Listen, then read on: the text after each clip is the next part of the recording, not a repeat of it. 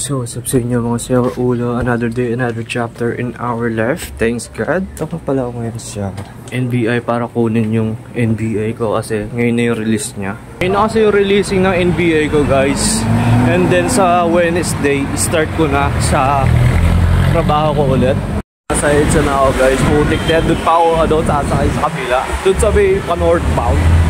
Dito dapat ako sasakay sa pa-EDSA. Gano'n. Diyan ako sasakay dapat pa-UN. Tapos nakita ko, ay putik na, iba yung mga sign. Pa-northbound. Ano ako magro-road trip? Parang di ako kukuha ng NBA yan. Putik na yun, dito dapat ako sasakay. United Nations Station.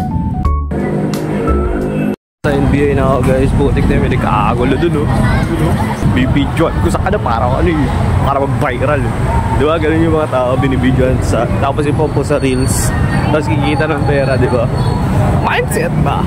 Pagbalik ko dyan, pagdaan dyan pa kayang bibidyoan ko yan. Sa NBA, guys, daming ukat.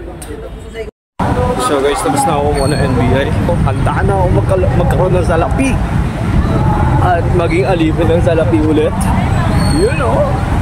And then, so guys, pauwi na ako and then paalis na ako dito sa United Nations or sa NBI. Punta naman ako ngayon ulit sa Pasig, Ilocana. Di ko alam kung ano yung gagawin namin. Baka mamaya ulit kasi mag-jogging ulit kami. Wala kailangan niya mag-jogging kasi training siya eh. Kailangan malakas yung resistensya doon. So, yun, sasamahan natin siya.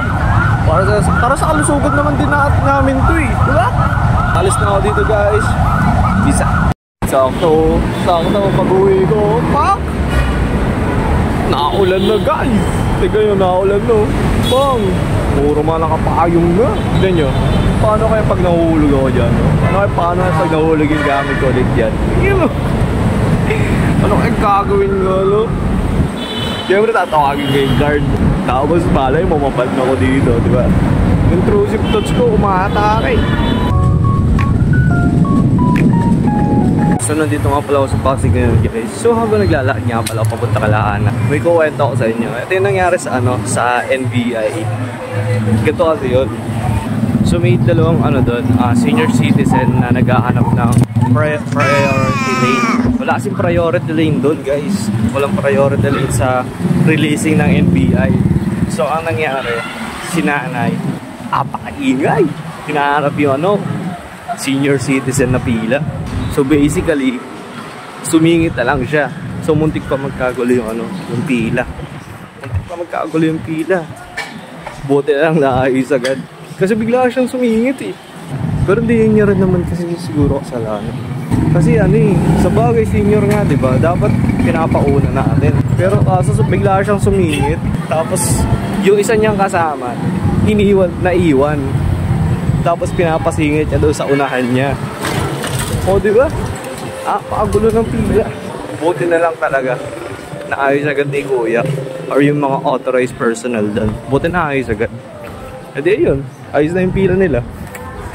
Pero dapat kasi may priority lane dun para hindi nagkakagulo-gulo. So share ko lang, NBI experience. Tamang review si Commander.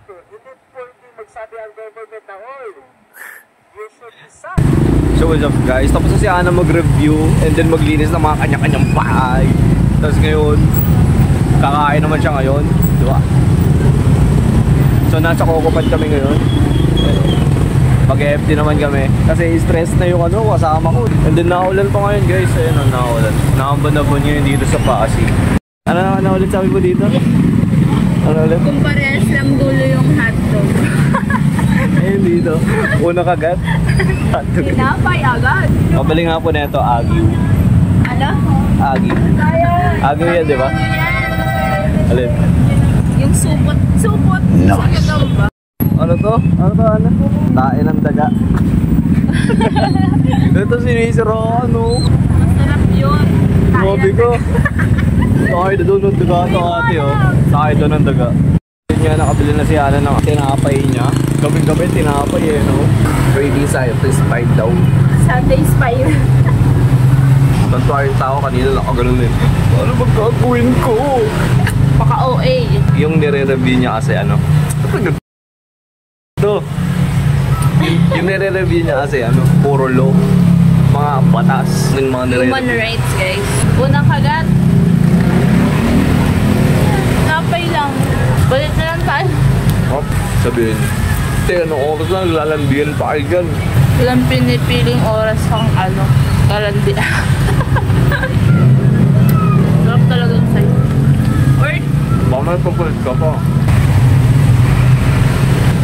Isa kanya. fuck.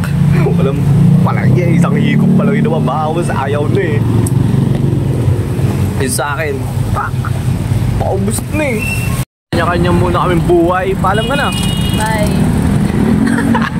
Maraming salamat sa panonood ng mga walang kwenta na aming or nonsense video namin or mga vlog. Ako nga pala Sewa, nagsasabing